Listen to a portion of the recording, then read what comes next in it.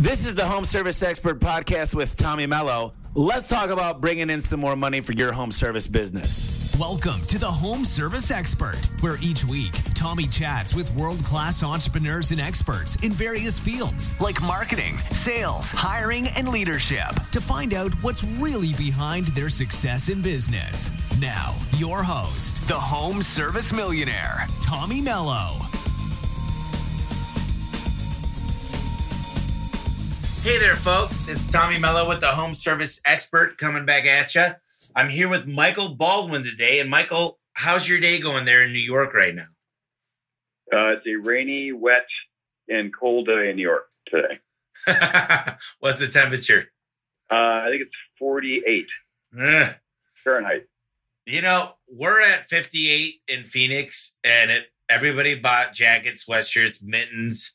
You walk outside right now, and everybody thinks it's like below zero. It's so funny. Wow.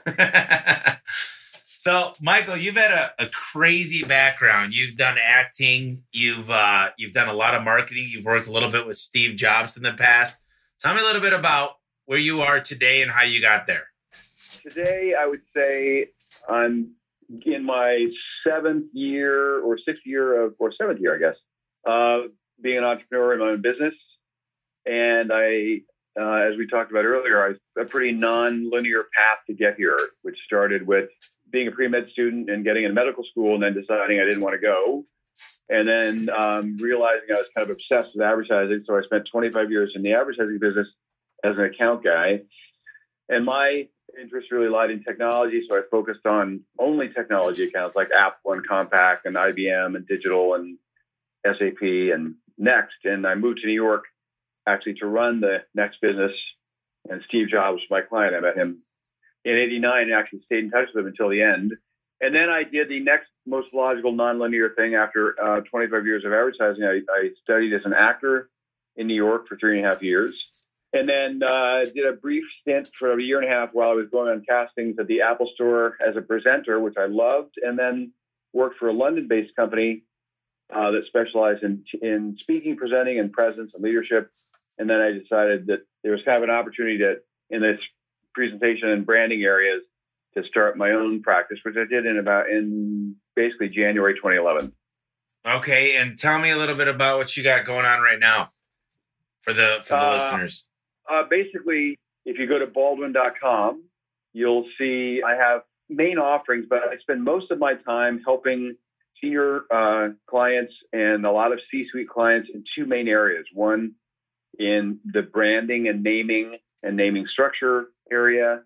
And then the other one is for speaking and presenting. So I do a lot of group work, 7 or 6 people over the course of a day. I have a day program, which is what led to the book that I have out now called Just Add Water. And then a lot of one-on-one work with CEOs, COOs, CMOs, et cetera. Okay, so how important do you think, I'm out here, I have a podcast, obviously.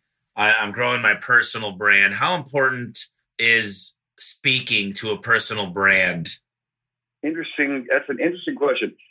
Being an incredible speaker, presenter/speaker, whether it's in a personal context like a rehearsal dinner context or a eulogy context or a political context or a business context, having that credential, I always tell people it's kind of a credential with no peer, because it's all good, and it's something if you have it, you are by definition distinguishing yourself. So as it relates to your own brand, if people know you to a certain level, but then they also know you as an unbelievable speaker, it just elevates everything about you and your business or you and your personal brand. Yeah, I mean, I've seen even politicians, and if they're a good speaker, like Bill Clinton, for example, I've talked to several people that have been in the same room as him, and they say, well, when he spoke, they felt like he was speaking directly to them. And I think I've done a lot of public speaking, but I don't think I'm nowhere near the potential of where I could be. And when it comes to personal brands, it seems like that's one of the largest things to grow a personal brand. Does that seem like one of the top things that you would say will really get you out there? Yeah, well, actually, in the book and when I'm teaching, one thing I say often is that nothing will advance your career faster than developing your ability to communicate. Nothing. And I have many clients who would attest to that, who in the course of my working with them over, for a number of years, they've gone from one job to the next job. They've gone from one level to another level. Their brand has flourished and their credibility, and I wouldn't use the word celebrity, but they're just became more of a senior leadership presence where they work. Yeah, I think that when you think about the whole process of becoming a better communicator, not only in your business life, but also in your personal life, I think my girlfriend more than anybody wants me to become a better communicator. Yeah. A lot of home service entrepreneurs don't understand. They don't see the importance of branding. And I've seen a lot of companies actually do very, very well in the past without a good brand. And I think they're starting to see, as every year goes by with Google, the review sites, more marketing styles that are committed to brands, it's changing. And I don't think they're going to exist in the next few years. Tell me a little bit about how important it is to develop a brand, even in the home service niche. So I was thinking about this, and I don't think it's any different than if you want to just imagine an analogous situation. For example, you're filling out your own profile and you're about to step into online dating. No brand would mean there is really no description, none of your personal interests, none of your background, maybe not even a picture of of yourself. That would be zero brand for you. Now, how much interest do you think you're going to get if that's what you've done, which is basically nothing? So likewise, what a brand does, well, first, it makes the owner of the brand responsible for capturing the essence of what it is that they stand for, product or service, which in turn makes it very easy for people who are looking for that product or the service to find and select you. So on the one hand, the onus is on the owner to figure that out, and then to in a very consistent way, in my opinion, over time, let it become known in the community or wherever. And then it's you start to, on the flip side, get to be known for what it is you stand for, your product or service, and you get a reputation. People all of a sudden, over time, know you. So if you think of classic brands, and I don't think they're different whether you're a giant brand or a home improvement or home, the clients you deal with, established brands like BMW, established brands like Coca-Cola, established brands like Volvo or Kentucky Fried Chicken or something. We've been exposed to so many impressions over so many years of consistent imagery and messaging for those brands. They're like people we know. Yeah, and that changes everything. I mean, even bad media ends up being good media. And it's crazy how that works when there's a book called Brainfluence, and it really talks about the part of your brain that lights up when you hear a brand that you know. And it's more of an endorphin releasing part of your brain. It just, the serotonin, it talks about the process of how your brain works. And if it's something that like the General for insurance or Geico, or it's obviously trusted because it's still around. And it's crazy how big a brand can be. I mean, even a brand with $0, like literally, I don't know this for a fact, but I know Sears has been struggling recently, but the brand of Sears is still probably worth a ton of money to somebody. Tell me a little bit about that. Well, I would see you and raise you one in that what you discussed about brands. Just imagine a family driving along, any interstate highway, and there you see the Golden Arches sign. Yeah, or you see the Golden Arches.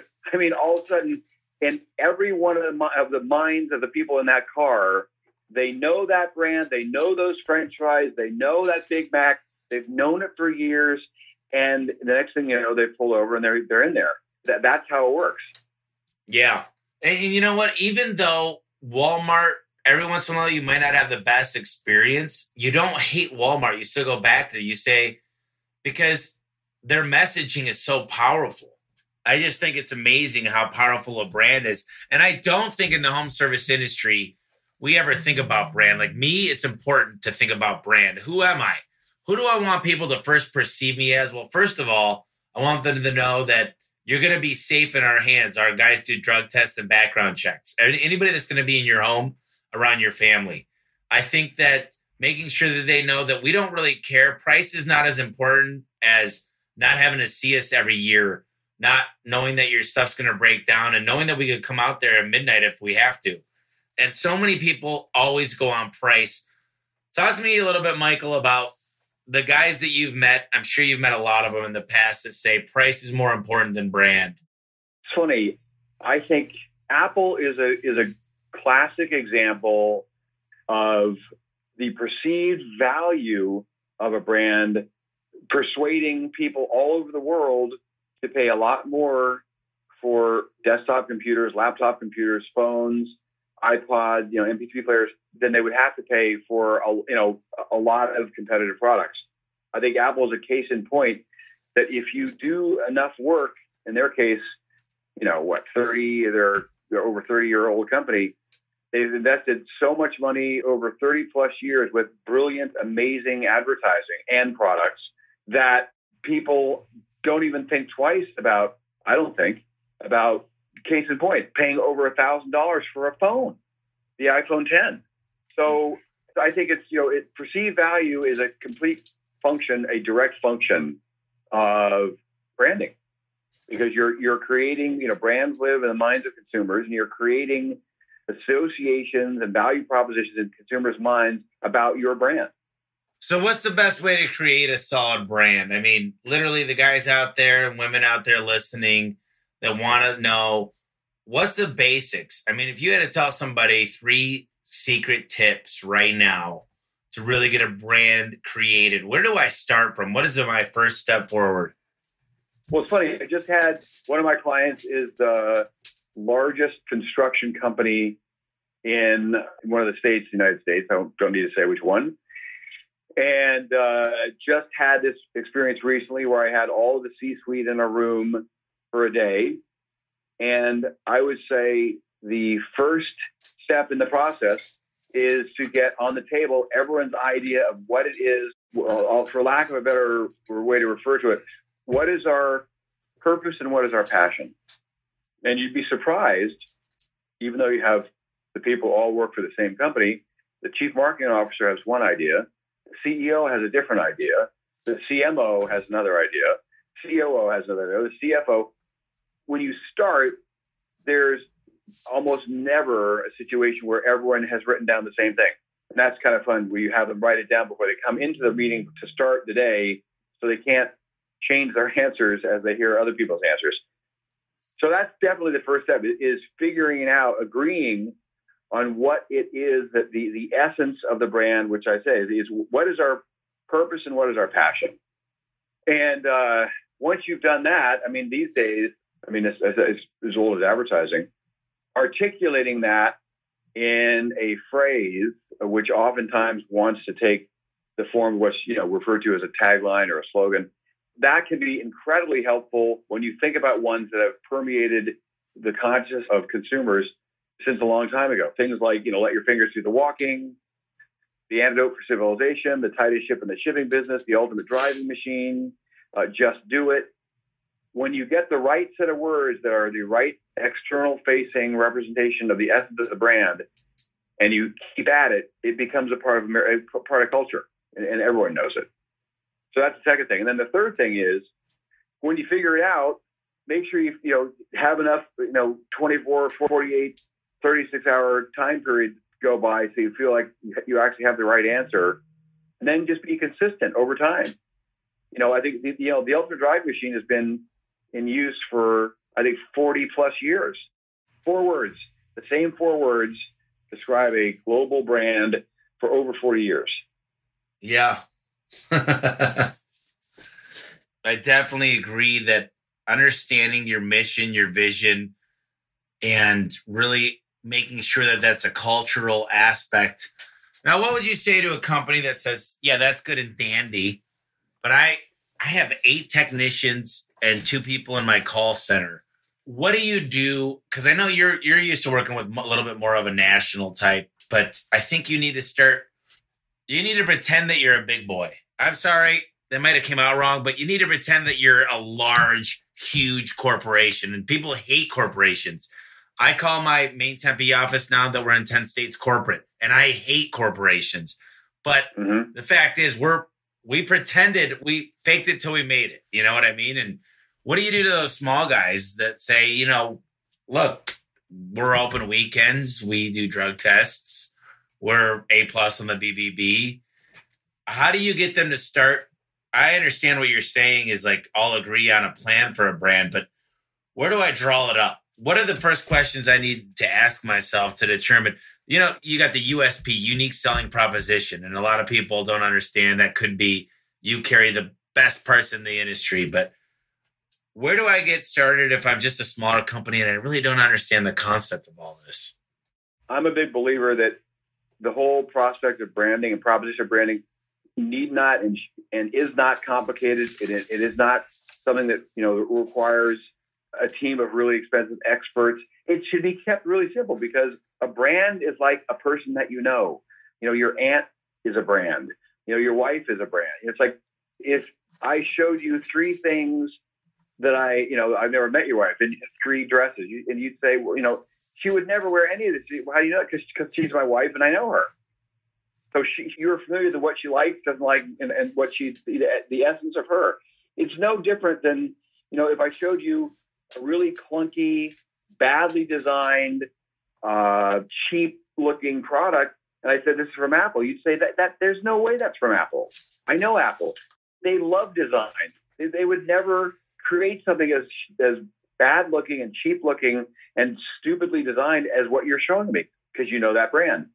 So whether you're big or small, it has to start at the same place, which is, why did we decide to form this company in the first place? What do we love doing? What is our mission? Why are we coming to work every day? And you start there. You might say something like, there's no way that guy works at Microsoft. He just doesn't fit the part. I like that, because you got to straight so many times where I would say ethically and morally challenged by, we might have a great salesman. Who knows what it is? A great CFO. I can't tell you. I've had a lot of people make mistakes in the past, and you got to make it challenge yourself and say, does this fit who we are? And by firing some of my best producers, I've got the greatest results. And that kind of sounds of the opposite of what would really happen, but they were like the bad apple, and literally getting rid of them and staying true to the company, is true to my mission and vision, is so important. And I think that's a great example. Apple would not come out with a flimsy little thing that breaks, even though they might have a battery problem. Right, but exactly. But it is. See, you know that because you have experience. You know, a guy who actually hired me 4 times in the advertising world. He always said that a brand is the densest matter there is in the universe, because a brand in consumers' minds is the repository for every Apple support call you've made, every trip you've made into an Apple store, every iPod you've owned, every iMac you've used, every MacBook you ever used or PowerBook, every Apple commercial you've ever seen, everything, and it's all that sort of sits in your mind in a space with an Apple logo on it. So you have a very clear understanding of what that brand is and is not. So that's how you're able to say, they would never design something like this.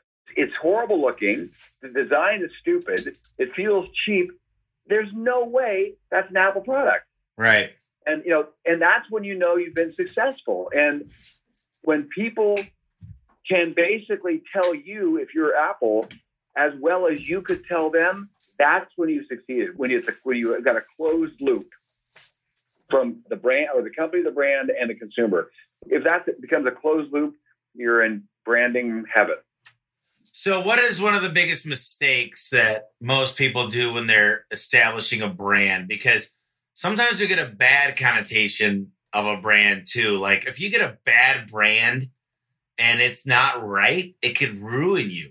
So tell me a little bit about the biggest thing that catches you off guard, or catches most entrepreneurs off guard when developing a brand.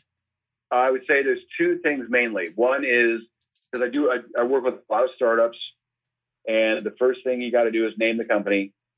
And these are all, you know, brilliant, genius 20-somethings who could have gone on to Goldman Sachs or SpaceX, whatever, but they want to start their own company. So there's 2 main gangplanks you walk out on. The one gangplank is let's name the company. And the other gangplank is how do we want to articulate what we stand for?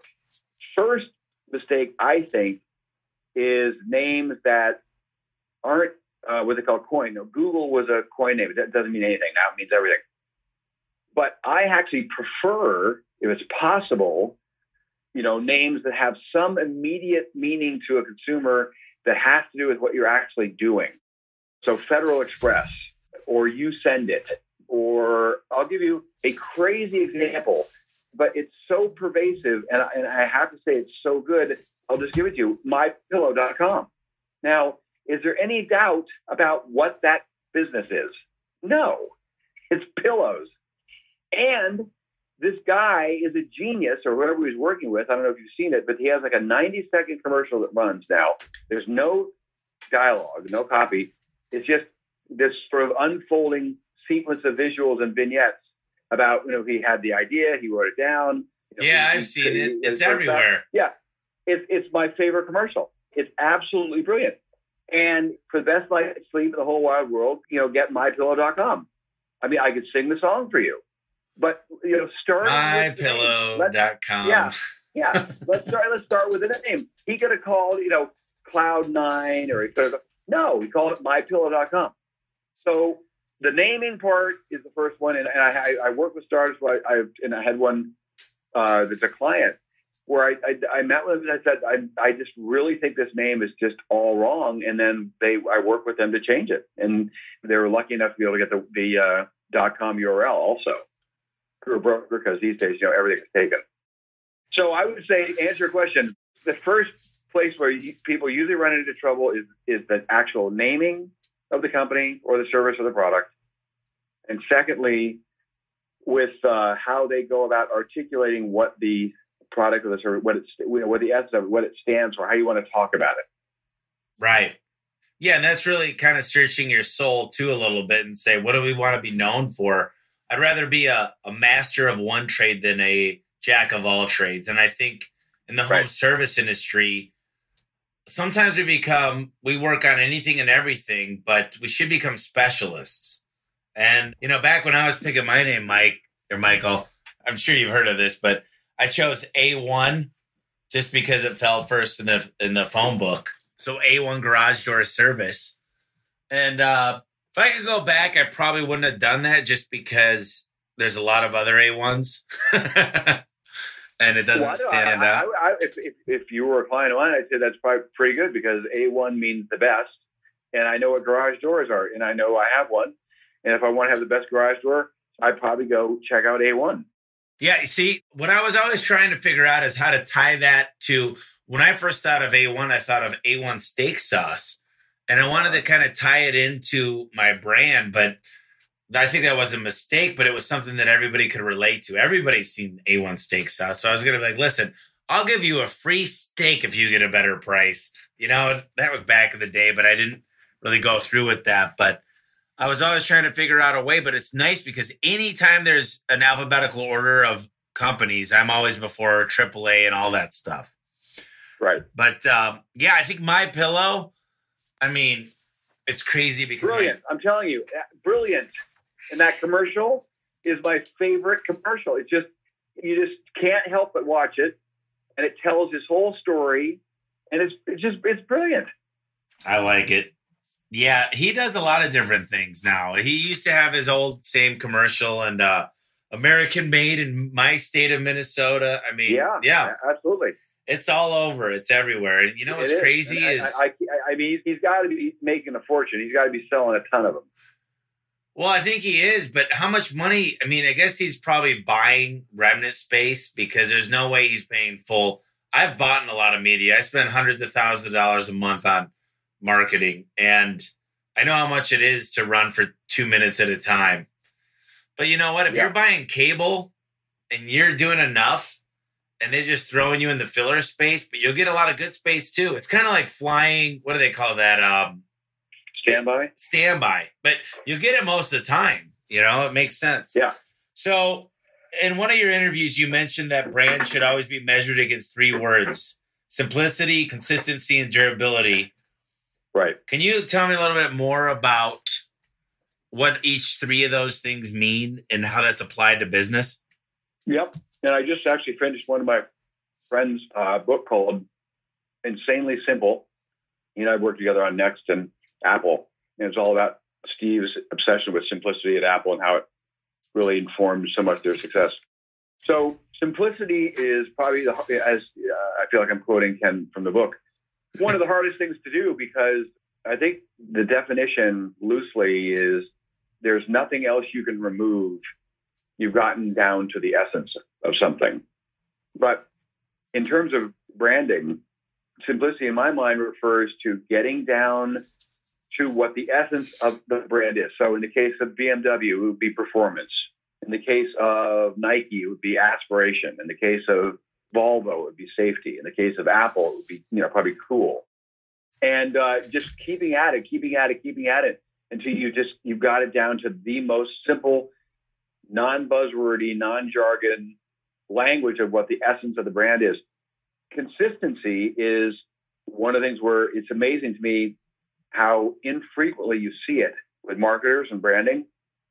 Because I'll use Geico as an example. I don't know who at Geico believes that having 15 different executions going against the same thing. I don't know whether they've tested it or whether, but it seems like they have 65 different commercials that don't look or feel anything like each other. The only point of consistency, in 15 minutes, we can save you 15% or more. Yeah. So that's the irony of Geico, because on the one hand, nothing looks, they have the gecko, they have all kinds of crazy stuff. But the one thing that they consistently over and over and over and over and over and over and over broadcast is in 15 minutes, you could save 15% or more on car insurance or on insurance. So there's an example of simplicity and consistency with the Geico, the slogan or the tagline example. And then durability, to me, kind of grows out of both, which is the BMW example, which is you stick with it. In the case of BMW, the ultimate driving machine has been the four words that have described a world-class global brand for over 40 years, which means that you put all of your marketing spend over 40 years into those four words. And again, I said, which means in BMW's case, I would argue, probably, I would guess, that is a closed loop system between the brand and the consumer, because I think most people know those words. Yeah, absolutely. And it's not easy to get that message out there now. It's becoming, there's programmatic targeting on Hulu, there's radio, TV, billboards, there's search engine optimization, pay-per-click, Facebook targeting, geofencing. There's, we're coming into an age where it used to be so simple. I mean, I've been watching this show. It was about how Hugh Hefner kind of built his empire. And there was only 3 channels on TV that everybody tuned into. A fifth of the country was tuned into one of the, it's crazy. There was CNBC, there was ABC or CBS or whatever, 3 stations, and it was just crazy ABC, to me. CBS, NBC. Yeah, there you go. And it's like if you were on one of them, you were well known throughout the United States. I mean, and I don't think there's ever going to be a time like that again now, because the world is becoming so much technology in so many different funnels of, if you like classic rock, that doesn't mean you listen to classic rock. You can listen to one of 10 deeper parts of classic rock. You know what I mean? That you could kind of get into. And it's kind of scary in a way from a marketing perspective, because how do you get in front of everybody? And it's expensive. I mean, TV, radio, and billboards are not cheap. When it comes to really getting a brand out there, what do you think is the most effective and cost-effective ways to do it? Well, God, these days, that's a great question. And I would say that, there's an old expression, I have no idea who actually said it first, but smart dime versus dumb dollar. In other words, Apple, again, was another great case, because when you think about one of the greatest campaigns ever created in the history of advertising, which is the Apple iPod Silhouettes campaign. Do you remember that? That's the original one where they're like, Yep. dancing around. Yep. And it was just the silhouette of the person, and you can see the iPod and the cord. Yep. And then they did it in print, the iconic white earbuds and the white cord. So that was the only advertising Apple was doing. And what they did was they would find these unbelievable outdoor locations for their billboards. I mean, just how they got these locations, who God only knows how. And then they had just one campaign that would run, in a very targeted way. I'm not sure. I don't know what the media buys look like, but where they would be reaching people, but it wouldn't be some massive, scorched earth campaign. And I think they traditionally spent a fraction of what their competitors spent and got infinitely more out of it because the work was so brilliant and because they had one campaign. Yeah. They didn't really mix it up in someone's head. They didn't give a bunch of different campaigns. Yeah, exactly. It's like, I'll give you another example from you're too young to remember, but the Maytag repairman. The Maytag repairman ran forever, for decades, and it was the same thing every time. The Maytag repairman has nothing to do because Maytags just never break down. Well, it's true. Yeah. So the two challenges you have are trying to get consumers to remember you, notice you and remember you, and trying to do that within, the means that you have. And there's no such thing as unlimited. Marcom budget globally was IBM in my experience, and they spent, over $1 billion a year, but supporting a whole lot of campaigns, a whole lot of media, and all over the world. And so I think the ideal nirvana state is when you're putting all of the weight behind one core branding initiative. That's possible. That's so important to understand, and it's really so simple, but yet it's so complex because you got to stand behind it and you can't lose faith in it. One of the people that I think about, which was before my time as well, was Mr. Whipple, Don't Squeeze the Charmin. And I've looked that whole, Charmin took off because of that. But you know what I really think about a lot? And this is the new age of thinking, is the Dollar Shave Club, because that guy got so many views and he made a fun video that educated people, that was that kept them entertained and also made them say, is this real? And I've been seeing these campaigns, and seriously, Michael, I'm really figuring out a way to do this for my own company, because it's one way to do it organically. That was shared. It was funny. He put the famous bear in it. You got to have a bear in it. But the content and the way they copywrote it was just impressive as hell. And I've seen brands blow up because of that. Look at the, what was that thing called a few years ago? The blanket you can put your hands out of. Snuggie or whatever. Yeah, right. That thing took off, and it was meant to be a joke. And literally people wanted it so much they came up with the product. And it's just amazing to me how if you got a well-done video that you put on social media, and you could do so many things now. You could target people in so many ways now. You could hit them on age, gender. If I wanted to find... Okay, so now I'm going to give you the... trying to say apolitical, but I'll give you the most recent, the most profound example. It happens to be political. Okay. One, no clear message. Make America great again. And one candidate had 4 words. From the day he came down the escalator to this day, and make America strong again, make America safe again, make America rich again. Brilliant. Whether you love him or hate him, brilliant. No, he is by far, Michael, he is by far, look at, he's been able to do this, like the Schumer shutdown, okay?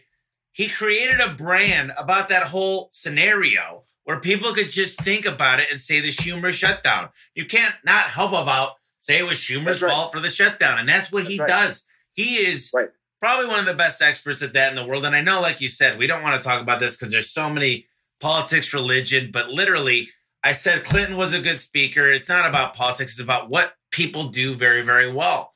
And that guy knows how to brand. He knows how to create a brand around. Look at Trump. Like, you think about it, it's a nice place to stay. I mean, literally.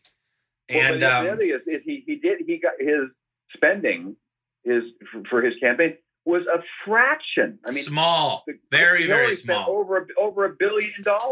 He spent a fraction of that. Yeah. You know, this So it just goes to show you, what happened was they sat down and said, what is my mission? Why am I running for president? Because I want to make America great again. We want to create the ultimate driving machine. That's why we go to work every day. That's why we started this company. We don't want to make buses. We don't want to make vehicles that are, RVs. We want to make the ultimate performance driving machines. That's what we want to do. And that's, and the thing is, for most brands, take a look at Rolls-Royce. They are what they are, and it doesn't change. I mean, Rolls-Royce is the same mission, I'm guessing, as they did when they first formed the company, to make, the most luxurious automotive experience that money can buy. Yeah, I told you when we got on the call, the reason I do this is I get so much out of these. And I got to tell you, right now my mind is just racing with ideas of, because I came up with this concept of something just super simple, and it's the choice has always been clear, A1 from day one. And it's something that resonates, but it really doesn't give you like a reason to call us, except for you might remember us and think of us. But really, my passion that I speak about on every one of my meetings is, if you could find a better, longer lasting part, to all my technicians, if there's anything out there that's better, I want to carry it, because we deliver the highest quality, best parts in the industry, and we really build a door to be indestructible. But at the end of the day, the A1 from day one is just something super simple that really does not. Yeah, and the thing was with the MyPillow guy, for the best night's sleep in the whole wide world, get mypillow.com. He's just picking up from legendary words to music like nothing's as loving as something from the oven, or from the Valley of the Jolly, ho, ho, ho, Green Giant. I mean, you do it right, and you can't get it out of people's minds. And then again, the end game is to have a closed loop marketing ecosystem where what you're putting out as a marketer or as a brand can and is played back verbatim by the consumer. You think kids don't know Tony the Tiger? It's great. I mean, every kid. The cynics will tell you, this is the, you're preying on the minds of kids, irresistible jingles, or, and creating irresistible, Tony the Tigers or Casper the Ghost or whatever. But from a branding context, is what you're doing is, if you don't exist in the consumer's mind, you don't exist. So you got to get in there.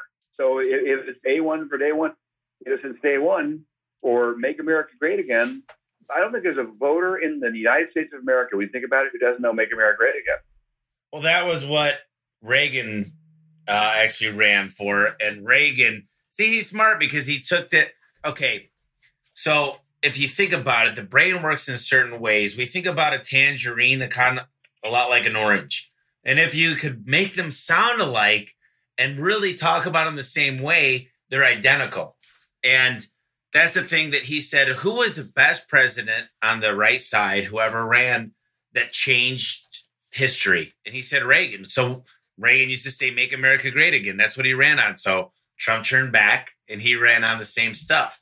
So it's really, really interesting, because I don't know if you knew that, but I get into politics maybe a little bit too much. But this is really making me think a lot about, I hear people, and it's crazy to me when I think about the brands that I know. And what's funny is I had a consultant come in, actually a friend of mine several years ago, and he goes, who is the biggest company in all of Arizona?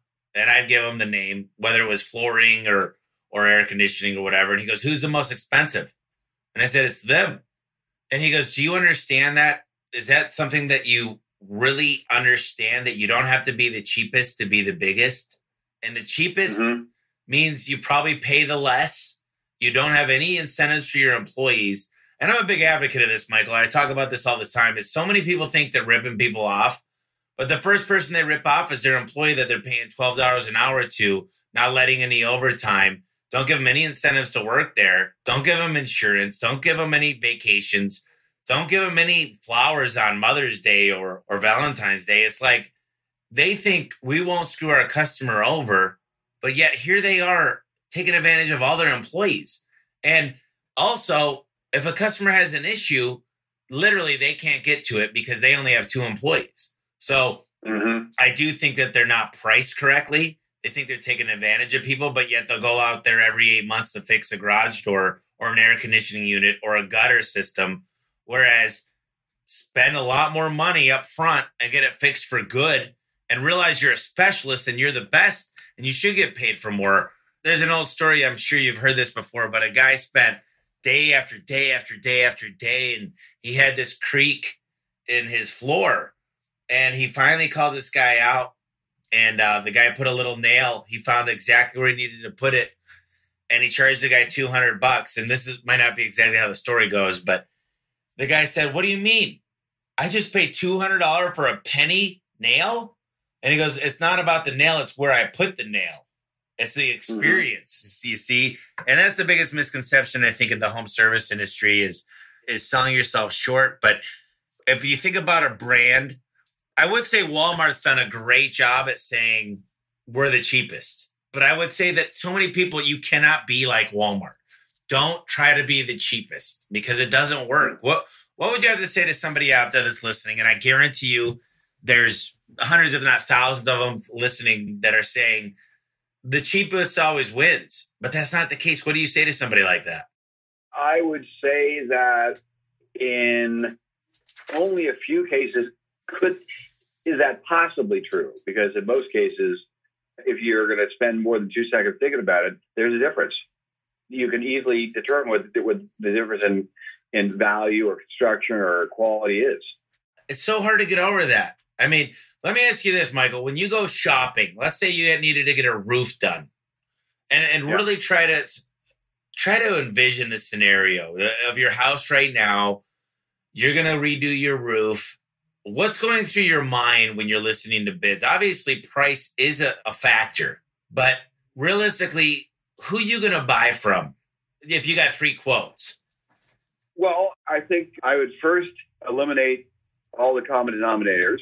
And I would like to think that if I got 3 bids and they're fairly decent from where they're coming from, that it's like if you got 3 applications for Harvard, and they've already passed through all the major filters, so the test scores are going to be pretty much the same. The grade GPAs are pretty much the same. Okay, so now what is going to distinguish one from the other?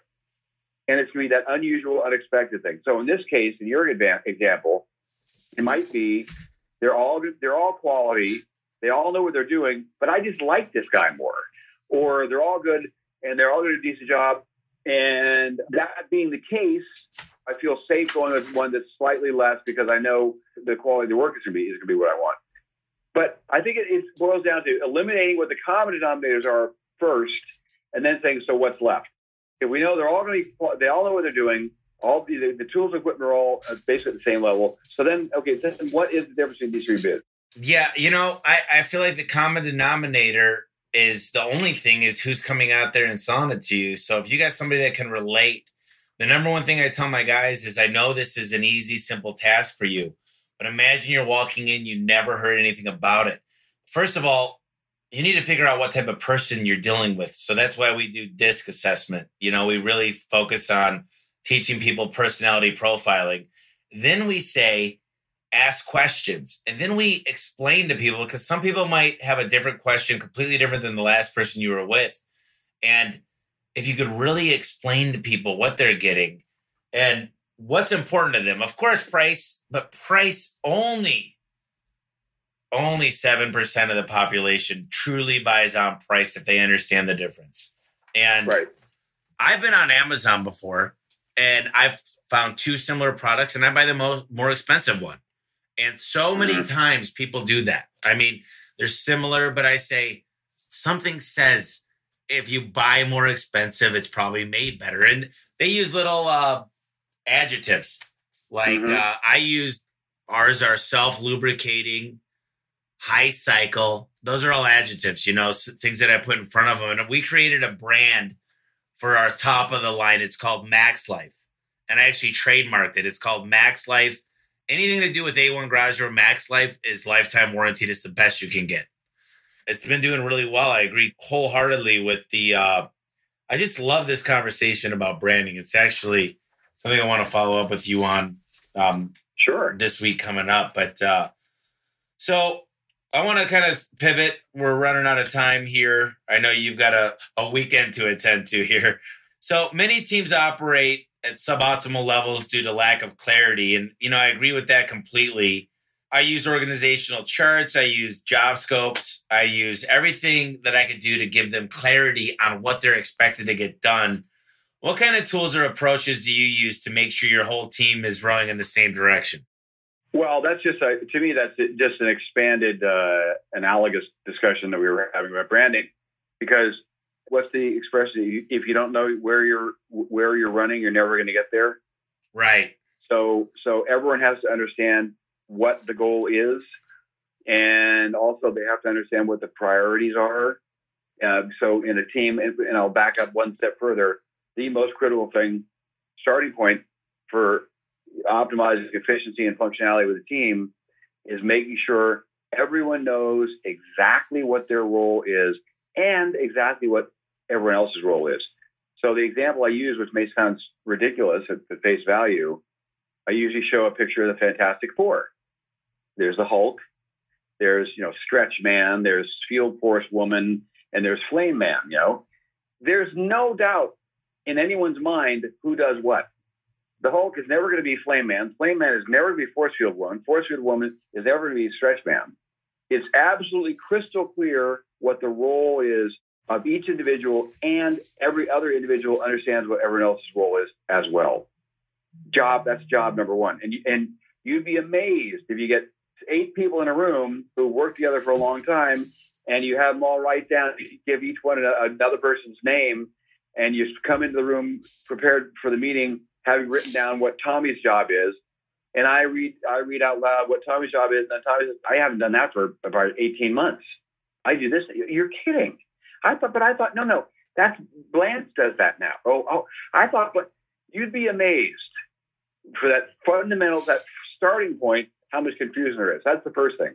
And then the next thing is, it's getting 100% agreement and singularity about what the goal is. And there's no negotiating different ones once the horse leaves the barn. Everyone's got to be on board, rowing towards the same target, or you're going to have problems. Yeah. And you see that a lot. And I think it's a leadership problem. I think it's the fact that no one ever really realized where their mission is. And I think the branding needs to be right at the forefront of the mission, the vision, and the brand. The brand is like if you had to put it in a triangle, you got the mission on the bottom left, the vision on the bottom right, and then it shoots forward upwards towards the brand. Mike, I would advise you, I advise other people. An even simpler way to think about it is no one leaves the room until we are all in agreement about what our purpose and our passion is. If you solve those two things and you get everyone's agreement, that will last until you outgrow those two things and it changes for some reason. But think about it, for the most part, McDonald's, hamburgers, French fries, milkshakes. 1 billion customers later, hamburgers, French fries, milkshakes. They sort of expand and collapse a little bit. But for the most part, they'll never not sell hamburgers, milkshakes, and French fries. Hasn't changed. I agree. Kentucky Fried Chicken is about chicken. Fried chicken. That's what Kentucky Fried Chicken is, whether you call it KFC or not. So until such time that we get into, that's what we're about.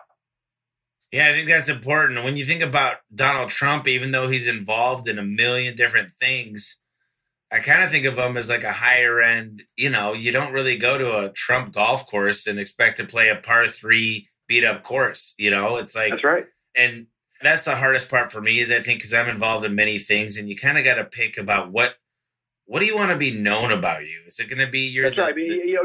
People don't expect to get into a Rolls Royce and see that smell, that really bad kind of fragrance that bad cab drivers have on the dashboard of their cabs and big furry dice hanging from the rearview mirror. You don't really expect to see that, smell that, because it's a Rolls Royce, right? Yeah. Yeah, you're anyway, absolutely listen, right.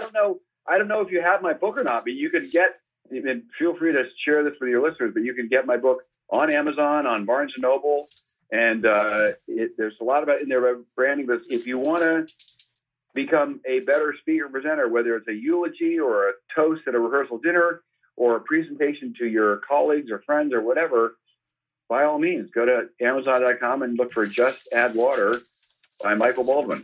I am going to do that. I was just going to ask you how to get more of you. What's a way if somebody wants to reach out to you and say, look, I need help with my brand. I want to become a better speaker.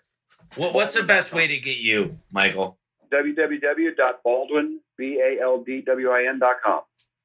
Okay. And then one of the questions I always ask is, I always have a few favorite books. I have probably 5 of them. I have about a dozen of each of them on my bookshelf because I hand them out to my workers.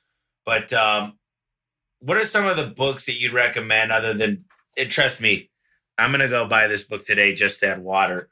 But if you have a couple books that you really think just completely, and I don't really care if they're business related, I don't care what it is, but what are some of the books that really impacted you and you say, you got to read this if you're going to own a business? I would say my friend's book, Insanely Simple by Ken Siegel. I just read it myself. That's one. I would say the book I just mentioned, which is my book. Yep. And there's another one. Ken has a second book called Think Simple, which just came out. So he's got 2 of them. I'm also reading, I'm halfway through Satya Nadella's book, the new Microsoft CEO, called Hit Refresh. Okay. Which is pretty interesting. There's a lot in there about doing things right way, wrong way, culture change, leadership. It's pretty interesting. Yeah, we're big on culture right now. It's so crazy how a company starts growing and the culture is so important. And it's about, there's that book called Built to Last, and it talks a lot about that as well. Yeah, well, listen, Michael, I'm going to reach out to you later this week. I'm going to buy both those books. I've got Just Add Water and Insanely Simple. I'm definitely going to check out more of the website. I enjoyed this, and it really helped change my mind. Not changed it, but just really makes me think a lot more about just the success of simplicity on a message that resonates, Yep. And if you could keep it short, simple, sweet, to the point. What is that? KISS. Keep it simple, stupid. Well, I'll give you there's a lot of things. My latest favorite is TED Talks. Oh, yeah. Okay, well, there it's very simple. Spreading ideas. Sure. Spreading ideas. That's what they're about. That's the essence of what TED is all about. I love that. And, there's so many things I could think of right now that really have a short, easy, simple message. And I do think it's difficult because all of us want to be more than maybe, like I want to be giving beautiful garage doors, but guess what? We do a lot of service and we give but guess what? If you don't have enough money to get it done with the best you could get, we have a number 1, 2, and 3. We'll make it just as good as our competitors. We'll make it better. We'll make it the best. And there's so many different facets that really you got to choose from. But I think all of us get in the business to make money, but we can't say our mission is to be the most profitable in the industry. So, I think it's really finding it. I like the idea of the passion because, of course, there's the purpose. The purpose is to make money and be the best of what you are. I mean, no matter what, typically do the best of what you're doing, but you got to find out what to specialize in and then find out if you're passionate about that. And I think that's a lot of soul searching. I think you got to dig deep for that. So, well, Michael, I got to tell you, I got a lot out of this. I really appreciate taking up your Sunday, and I'm sorry I was late. Pleasure. And I'm going to read these books. I'm going to get a hold of you this week, and we'll hopefully have you back on. Look forward to it. All right. Thanks, Michael. Have a great weekend. See you. All right. You too. Bye-bye. This was the Home Service Expert Podcast. Now listen up. Do you want to dominate your market? Triple the profit you make without working those long 12-hour days, 7 days a week? If the answer is yes, my team and I are opening up some new time slots to help you solve your biggest business challenge. Just go to homeserviceexpert.com/discovery and book a free 30-minute call with our team today. I will repeat that, homeserviceexpert.com/discovery and book your free call today.